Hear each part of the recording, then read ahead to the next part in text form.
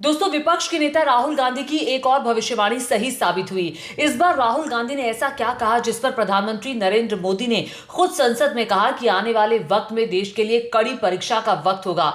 जी हां, ये वो बात थी जिस पर राहुल गांधी चर्चा चाहते थे, लेकिन स्पीकर की तरफ से कहा गया कि नहीं, इस मुद्दे पर चर्चा समय की बर्बादी होगी। इसी बात को खुद प्रधानमंत्री नरेंद्र मोदी ने मान लिया। पूरी कहानी मैं आपको विस्तार से बताऊंगी, लेकिन राहुल गांधी लगातार प्रधानमंत्री नरेंद्र मोदी पर सीधा निशाना साध रहे हैं। आज भी राहुल गांधी ने सीधे तौर पर, स्पष्ट तौर पर कहा कि प्रधानमंत्री नरेंद्र मोदी वही करेंगे जो अमेरिका कहेगा, जो डोनाल्ड ट्रंप कहेंगे, जो इजराइल उनसे करने को कहेगा। मैं आपको बता दूं कि लोकसभा और राज्यसभा में प्रधानमंत्री नरेंद्र मोदी का जो मौजूदा वेस्ट एशिया में चल रहा युद्ध है, उसको लेकर प्रधानमंत्री का भाषण हुआ। प्रधानमंत्री ने कहा कि देश के लिए विकट परिस्थिति खड़ी होने वाली है। समस्या ऑलरेडी जो है वो शुरू हो गई है, तेल को लेकर, खाद को लेकर, फर्टिलाइजर्स को लेकर और गैस को लेकर। प्रधानमंत्री ने जब ये बात कही तो उस पर राहुल गांधी का जो बयान था वो सामने आया। राहुल गांधी ने कहा कि आपने 25 मिनट का प्रधानमंत्री का भाषण सुना, प्रधानमंत्री ने एक बार भी अमेरिका का नाम नहीं लिया। सोचिए, प्रधानमंत्री एक बार भी अमेरिका का नाम नहीं ले रहे हैं, वो बाकी सारी बातें कर रहे हैं। यानी कि प्रधानमंत्री कॉम्प्रोमाइज्ड हैं। प्रधानमंत्री के मुंह से चू तक नहीं निकल रहा है। प्रधानमंत्री अमेरिका का नाम लेने से क्यों बच रहे हैं? सुनिए पहले लोकसभा के भाषण के बाद राहुल ने क्या कहा। 25 मिनट का भाषण दिया, अभी दिया।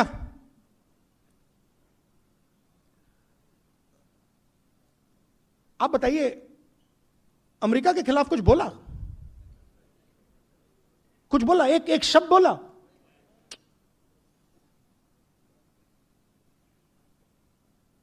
% कंट्रोल में है। देखिए, राहुल गांधी ने यहीं पर नहीं रुकते हैं। आज ही जो सरकार है उसकी तरफ से ऑल पार्टी मीटिंग बुलाई गई है। अब इस सरकार के सामने दिक्कत जानते हैं क्या है? ये सरकार जो है विपक्ष के सवालों का जवाब भी नहीं देती। ये सरकार चाहती है कि विपक्ष सरकार से सहयोग करे।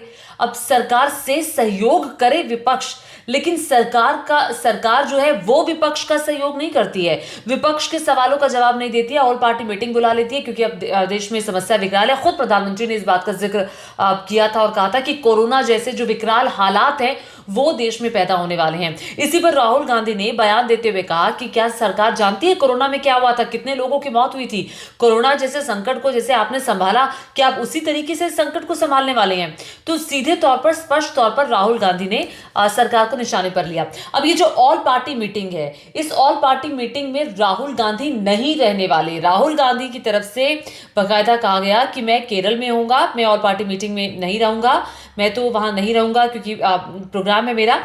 लेकिन उन्होंने ये कहा कि सरकार ने स्ट्रक्चरल गलती कर दी है। आपने, यानी कि सरकार ने, मोदी सरकार ने पूरा ढांचा उड़ा दिया है। अब आपको उसे ठीक नहीं कर सकते, उसको ठीक करने में बहुत टाइम लगेगा और प्राइम मिनिस्टर मोदी तो उसको कतई ठीक नहीं कर सकते। राहुल यही नहीं रुकते, राहुल कहते हैं कि मैं लिख कर दे सकता हूं कि प्राइम मिनिस्टर मोदी जो अमेरिका कहेगा, जो इजराइल कहेगा, वो प्राइम मिनिस्टर मोदी करेंगे। वो हिंदुस्तान के इंटरेस्ट में काम नहीं करेंगे, किसानों के इंटरेस्ट में काम नहीं करेंगे। अब मैं आपको ये याद दिला दूं कि 15 दिन पहले ही राहुल गांधी ने संसद में ये जो एलपीजी, जो ईंधन संकट है, उसको लेकर बहस की मांग की थी। कांग्रेस पार्टी लगातार बहस की मांग कर रही थी।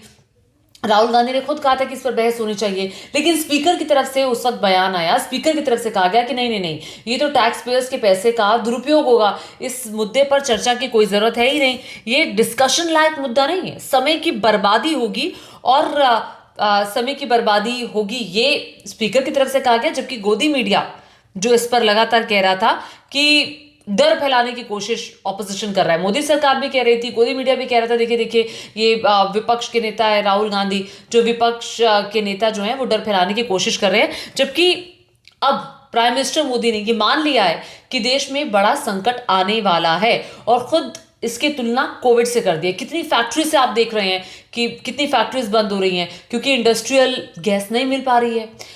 घर में खाने के लिए गैस मिल जाए वो बहुत है। अब कई जगह किल्लत है, कई जगह किल्लत नहीं है। कितने सारा पलायन, हमने सूरत से आती हुई तस्वीरें हमने देखी कि इंडस्ट्रीज बंद हो रही है, पलायन की तरफ जा रहे हैं, क्योंकि लोग किसके लिए काम करते हैं? खाने पीने के लिए करते हैं, रोजी रोटी के लिए करते हैं। अगर वही मुहैया नहीं हो पाएगा तो ऐसे में क्या करेंगे?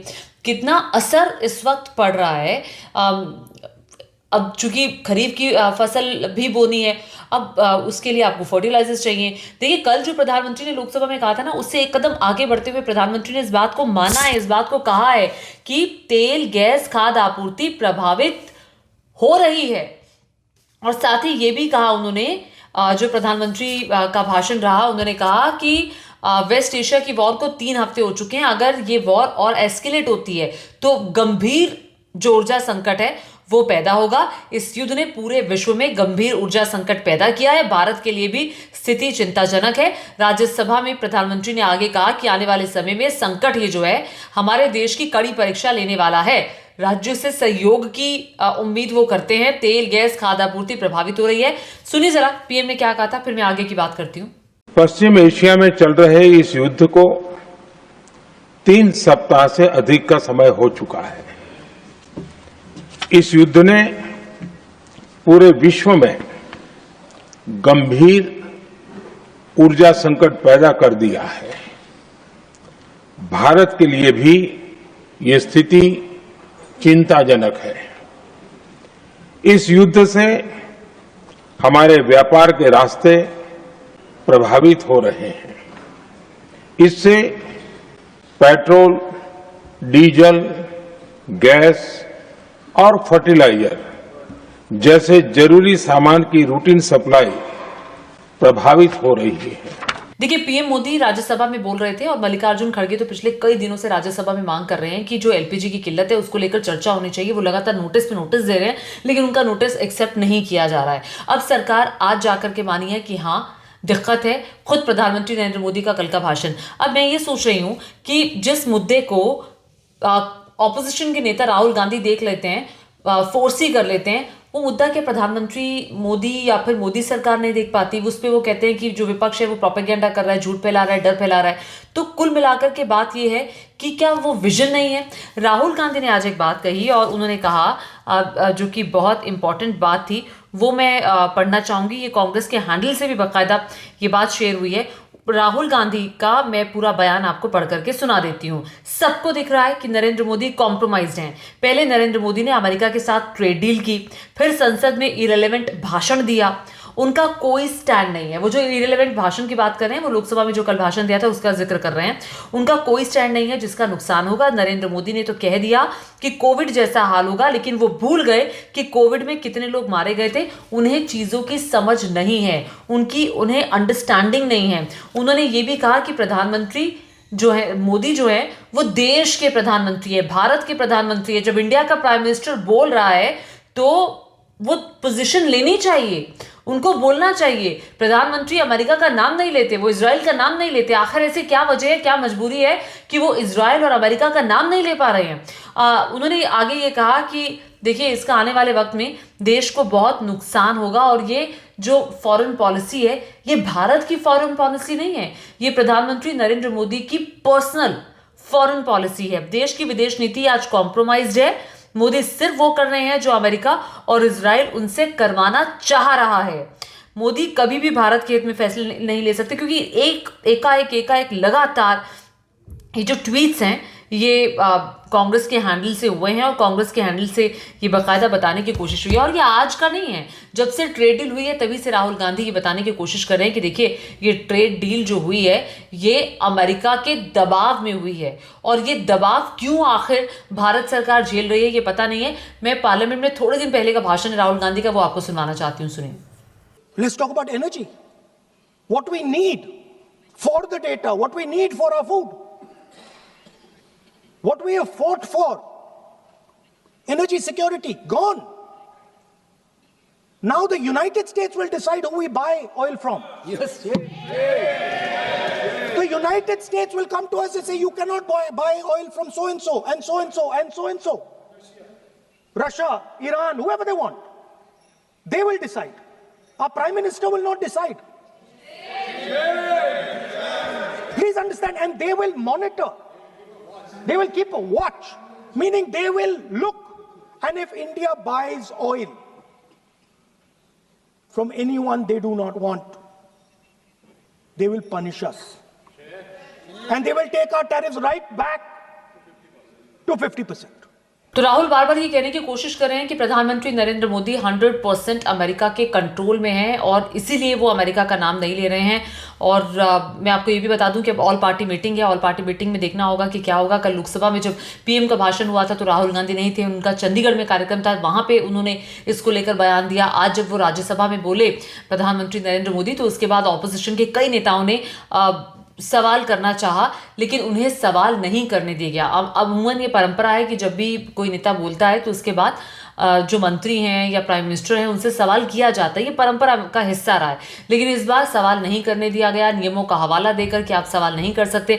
अब सवाल तो देखिए यही खड़ा होता है कि लोकतंत्र है, लोकतंत्र में सवालों का जवाब और सरकार की जवाबदेही होती है। अगर वो कोई प्रेस रिपोर्टर्स नहीं थे, वो संसद में जो माननीय सांसद हैं वो थे जो प्रधानमंत्री से सवाल पूछना चाहते थे। लेकिन ठीक है, सरकार जवाब देना नहीं चाहती, सरकार वो बोलना चाहती है जो वो बोल सकती है। सरकार जो बोलना चाहती है वो बोलती है, उसके अलावा वो विपक्ष को भी एंटरटेन नहीं करती। और कल जो ऑल पार्टी मीटिंग रहेगी, अब देखना ये होगा कि क्या ऑल पार्टी मीटिंग में विपक्ष के सवालों के जवाब उनको मिल पाएंगे, और क्या ये जो एलपीजी की समस्या है उसको लेकर सरकार की क्या तैयारी है। क्योंकि आसपास अगर आप देखेंगे, जो आसपास की कंट्रीज है, भले वो श्रीलंका हो, बांग्लादेश हो, पाकिस्तान हो या बाकी जो कंट्रीज है, हर जगह मेजर्स लेना शुरू कर दिया गया है। कहीं पर वर्क फ्रॉम होम कर दिया गया है, कहीं पे स्कूल ऑनलाइन कर दिया गया है ताकि पेट्रोल डीजल की खपत जो है वो ज़्यादा ना हो।